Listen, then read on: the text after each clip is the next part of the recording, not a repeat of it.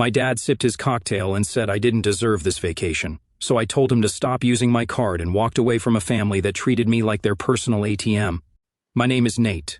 I'm 31, and up until last week I still believed that a part of me could fix my relationship with my family. I thought maybe time would smooth out the hurt, that forgiveness would settle in like sand over broken glass, but that illusion shattered over brunch in Marbella, Spain. We'd only been at the resort for 3 days. It was supposed to be a celebration, a rare family reunion.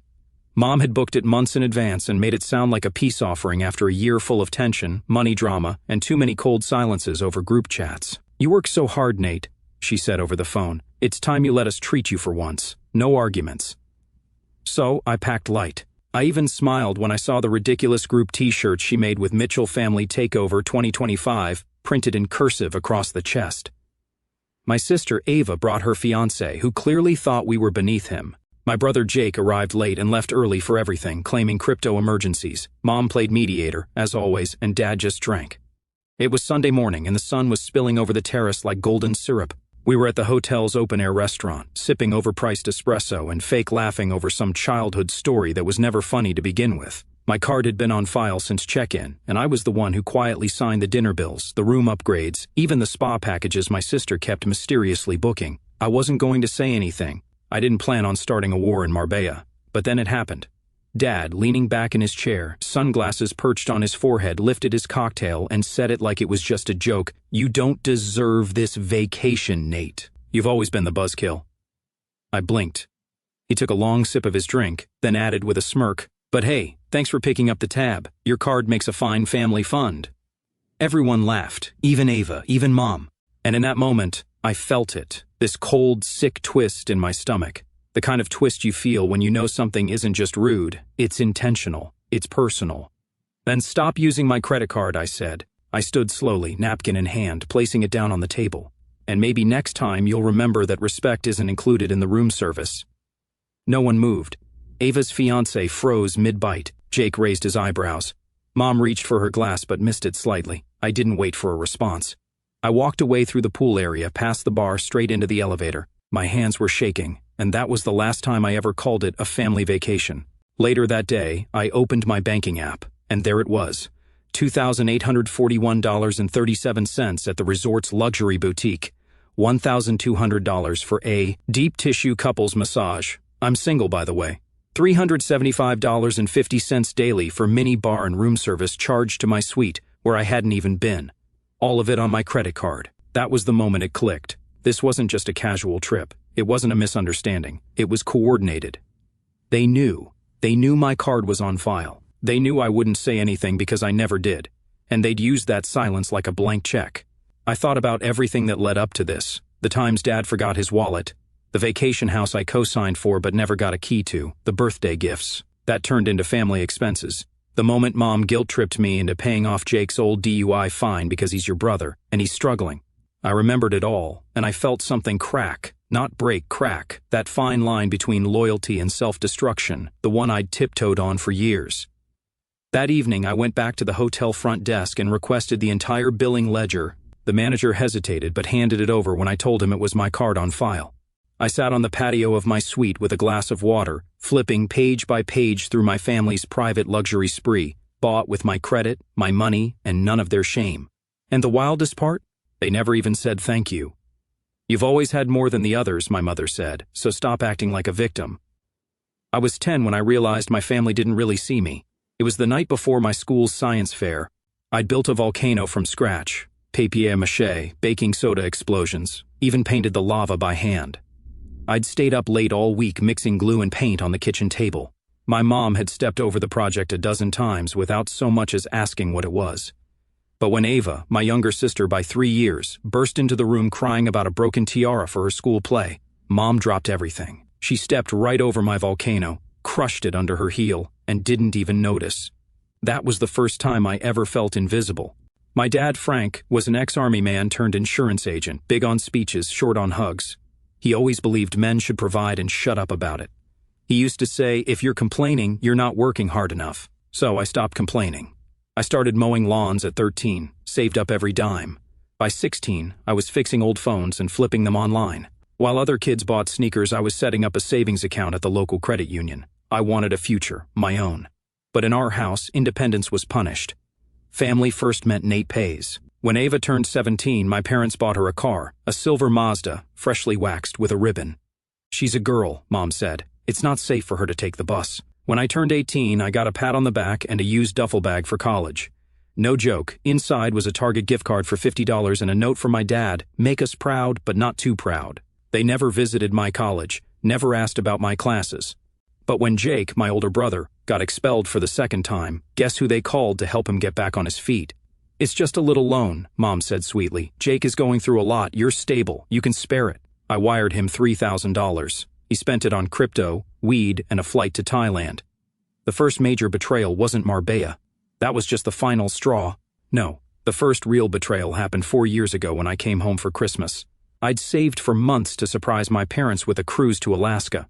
I printed the tickets, wrapped them in a box, put a note that said, "Thanks for raising me. Let me take care of you for once." My dad opened the box, blinked once, then passed the tickets to Ava. "Oh, cool," she said. "I've always wanted to go. Maybe Connor and I can make it a couple's trip." They gave my gift to her, just like that, didn't even ask me. I was the wallet, not the son.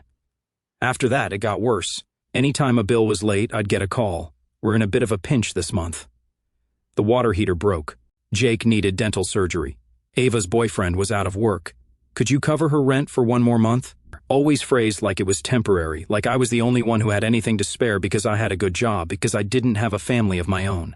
Let me be clear, I said yes too many times, and they knew it, because every time I said no, they went silent. Gaslighting is a love language. You're just bitter because you're alone. You always had it easier than your siblings. Your sister's struggling. She's not as tough as you. You're lucky to have money, Nate. Be grateful. You're so selfish lately. What happened to you? I started doubting myself. Was I being cold? Uncaring? Was it wrong to not want to cover $2,800 in wedding catering for Jake's second marriage? Apparently yes, because when I refused, Mom cried and said, "I don't even recognize you anymore." And Dad texted, "You've changed, not for the better." The truth about Marbella? Here's what no one knows. That Marbella trip? I didn't agree to pay for it, I agreed to attend. But the moment we checked in, the hotel asked whose card to hold. Everyone looked at me. Dad shrugged, Mom smiled. Ava said, "It's just a hold, you'll get it back." I handed over the card. The next morning, Ava bought 2 designer bags. Jake ordered 4 bottles of champagne to the room, and I got charged for all of it. When I asked about it, Dad laughed. "Come on, Nate, loosen up, you'll make that money back in a week." But that wasn't the point. It wasn't about the money. It was about never being asked, never being considered, never being respected. I stared at that receipt for the $5,443.60 spa bill, and something inside me said, "Enough." "We just thought you'd be okay with it," my mom whispered. "You should have thought again," I replied. Then I pulled out the receipts, literally. I didn't scream. I didn't throw a fit. I didn't even cancel the trip that day. I just packed my things, walked into the hotel business center, and printed every single receipt from my credit card statement. Each one had a name attached. Each one had a room number. Each one told a story. My family didn't just use me, they tracked their destruction through luxury purchases and room service. The email that night, I sent a group email. Subject, family expenses breakdown, urgent review. "Hey all, I've attached a PDF with all charges that hit my account this week. You'll see your names next to the purchases, so please confirm who will be reimbursing what. If I don't hear back by Friday, I'll have no choice but to move forward with legal and financial recourse, including fraud claims. I'd prefer to keep this civil. Nate, no emojis, no love you, just numbers, facts, accountability." The Zoom call 3 hours later, I got a text from Ava. "Are you serious right now?" "Then Jake, you're losing it, bro. This is family." And finally, Mom, asking for a quick Zoom to talk privately. I didn't say yes. I didn't say no. I just sent her a meeting link. They all joined. Jake was shirtless in bed. Ava was doing her makeup. Mom had wine. Dad wasn't on camera. "Nate," Mom started, all sweet and soft, "why would you threaten legal action? It's us." "Exactly," I said. "It's you. That's the problem." Jake scoffed. "This is about the hotel stuff? You know we were going to pay you back." I shared my screen. Slide 1, total charges, $14,372.10. Slide 2, breakdown by person. Jake, $4,200. Ava, $3,850. Dad, $2,400. Mom, $2,100. Random charges with no name, $1,800. Silence. You think this is okay? I asked, eyes locked on the screen. That it's normal to charge this much to someone without asking? You make more money than any of us, Ava said sharply. It's not like it's hurting you. And that makes it okay to rob me? No one robbed you, she shouted. Did I authorize it? Well, no. Then it's theft. Mom's monologue, that's when Mom started crying. We just wanted one nice trip. Just one where no one had to worry. You're always so cold, Nate, so distant. We thought maybe if we could all just relax like we used to, we'd feel like a family again. Used to? I asked, voice flat. When did we ever relax? When you crushed my volcano for Ava's tiara? When I paid for Jake's second DUI lawyer? When you gave my Alaska cruise gift to Ava and her boyfriend? Her face crumbled. Dad finally unmuted. All right, Nate, you've made your point. What do you want? Money? I leaned toward the webcam. No, I want boundaries and consequences. The next day I made a decision. If they wanted to pretend I didn't matter, I'd show them exactly how much I did. 1. Fraud report filed. I contacted my bank and flagged every charge. I had the hotel receipts, emails, IP addresses. They escalated the case. 2. Group chat expose. I posted every receipt in the extended family WhatsApp group. Caption, this is what vacation looked like, just so you all know who paid for your cocktails. Maya gasped. My cousin wrote, no way. My uncle asked if I was serious. Ava left the group. Jake wrote, don't air family drama. I ignored him. 3. Will and trust update. I called my lawyer. Remove all family members from the emergency contact and will. Even your parents? Especially them. 4. Work bonus reveal. At the end of that week, I got a $75,000 year-end bonus. I booked a solo trip to Iceland, 5 stars, first class, and I posted every moment. Caption, paid by me, enjoying it alone, no freeloaders this time. Dad tried again a week later. He called. I didn't pick up. He left a voicemail. Nate, you've made your point, but you're not being fair. We're family. You owe us a chance to fix this. I sent a one-line text back. I owed you nothing. You just overdrew my patience. The legal payback, my parents assumed this would follow the usual script. Blow up, silence, half apology, and eventually another charge on my card. Not this time. I consulted with a lawyer. This isn't just family drama, he said, flipping through the receipts. It's financial misconduct. They had no legal right to spend this amount without consent. I filed an official civil complaint, a claim for reimbursement. I listed unauthorized charges, emotional distress, financial abuse over time. Certified copies of the lawsuit were mailed to each family member. They were quiet for 3 days. On day 4, Dad exploded. The phone call I recorded. How could you do this? A son doesn't sue his father. A father doesn't steal from his son, Frank, I said calmly. It was just a vacation. $11,400 isn't just anything. You're tearing this family apart over money. No, I'm just refusing to keep funding its dysfunction. After that call, I blocked his number. The birthday bombshell. Mom planned a 60th birthday party for herself. Friends, family, even co-workers. She naively invited me, as if nothing had happened. I didn't decline. I showed up, but I brought a surprise.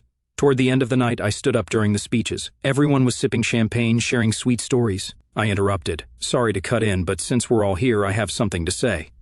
I pulled out the printed receipts and laid them in front of my mother. These are the charges from our family vacation. I didn't gift it. I didn't agree to it. I just paid for it, like always.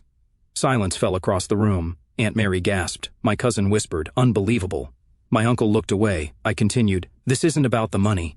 It's about respect, about how my no has never been accepted in this family. But from now on, it will be. And then I walked out. Cutting the cord, I changed all my passwords, opened brand new bank accounts with no shared access, removed my family from my insurance and emergency contacts, unlinked them from payment apps, Zelle, Venmo, PayPal, revoked access to shared medical plans and retirement beneficiaries. 3 days later, Mom texted, what's this new card? We couldn't buy Ava her course materials. I replied, sounds like your responsibility, not mine. One last ask, Ava messaged me. I didn't know it would get this bad. It's not my fault, but I'm in a tough spot right now. Could you spot me $300 till Friday? I'll pay you back. I didn't respond. Instead, I sent her a screenshot of her hotel charges, $3,850. Ava's account, spa, shopping, dining. I wrote, already did. No returns. Going public. I wrote an article on Medium titled When Your Family Sees You as a Wallet. I laid out every detail. Childhood incidents, credit card abuse, how guilt was weaponized, how boundaries were bulldozed. The article went viral, 250,000 views in under a week. Therapists reposted it. A TikTok creator quoted it. Emails poured in, "This is my life. It's like you wrote my story, thank you. You gave me the courage to say no." The end of breaking point. I didn't just reclaim control, I cut the cord. No more family accountant, no more emotional punching bag, no more provider by default. I was free. Alone, maybe, but clean and stronger than I'd ever been. "You've changed," my sister texted.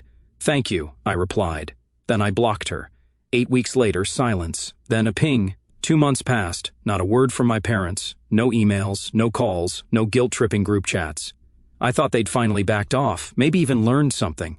Then one morning, while sipping coffee in my new apartment, quiet, clean, mine, I got a text from my father. "Jake's about to lose his apartment. Can you at least co-sign the lease?" I laughed out loud. I didn't reply. Instead, I opened my email and clicked confirm on the message from my real estate agent. "Your offer on the townhouse has been accepted." That's right, townhouse, in my name, no CO signers, no shared accounts, no family strings attached. The rise of Nate. I've been saving for years. But now, with no one draining my income through guilt and manipulation, I was finally building something real. I paid off my car, bought a modern, minimal townhouse with cash for the down payment, built an investment portfolio that actually worked for me. I even started taking weekends off, something I hadn't done in over 6 years. I slept better, ate better, looked in the mirror one morning, and saw someone I hadn't seen in years, a man who wasn't tired, who wasn't angry, just free. Let the dominoes fall. Ava lost her job. Apparently, the boutique she worked at shut down. She was devastated. Mom emailed me, "Ava is struggling. Can you just help her out until she gets back on her feet?" I replied, "You raised her. You help her." Then I archived the thread. Jake's car got repossessed. A friend of mine from high school, who now works at the DMV, texted me, "Did Jake seriously start Ubering from your parents' place again?" "Yep," I replied. Back to base camp. Mom's meltdown, mid-November. I received a handwritten letter. Blue ink, shaky cursive, perfume-scented vintage guilt trip. "Nate, I know things got heated, but we're still a family. Ava is hurting. Jake is lost. Your father hardly talks anymore. We were just trying to create a special vacation. That doesn't mean we don't love you. Please call me. Love, Mom." I flipped the letter over, wrote one sentence on the back, and mailed it back. Love doesn't come with an invoice. The promotion, in January, I was called into my VP's office. We had coffee, talked goals, performance, leadership. Then he pushed an envelope across the desk. "You've been one of the most dependable leaders we've had. We want to put you in charge of the division next year." Inside the envelope, executive track, $40,000 raise, profit sharing, flexible schedule, full trust. "This real?" I asked. "Very," he said, and for once, I didn't feel like a fraud. I'd earned it. No help, no shortcuts, just me. No bragging, no posts, no flex. I didn't post about the promotion, didn't show off the new furniture, didn't brag about the vacation I planned for spring, because the best revenge is silence. They kept texting, I kept deleting. They spiraled, I soared. The final drive-by, one Sunday afternoon, I drove past my childhood home. The paint was fading. The lawn hadn't been mowed. Jake's old truck sat in the driveway, one tire flat. I didn't stop, didn't honk, didn't think about ringing the doorbell. I just whispered to myself, "You built this mess. Now you get to live in it." The message that broke me, then healed me. In March, I got a message from my cousin Maya, the only family member who stayed neutral. Just wanted to say, "You were right to walk away." I used to think I was selfish for setting boundaries. Now I see it's called self-respect. You gave me permission to put myself first. Thank you. I sat with that message for a long time. Tears came, but they weren't sad. It was the feeling of finally being understood, finally seen, not as a wallet, not as a punching bag, not as the stable one who could handle everything, just as me. What they lost, Ava's back at my parents' house, jobless, applying to entry-level receptionist positions she swears are temporary. Jake, evicted again. Mom and Dad, quiet for once, drowning in credit card debt and silence, no one left to leech off. The family ATM shut down permanently. They used to call me cold, insensitive, distant. What they never realized is they created that distance, and I finally let it stay. "We miss you," the letter said. I read it once, then burned it.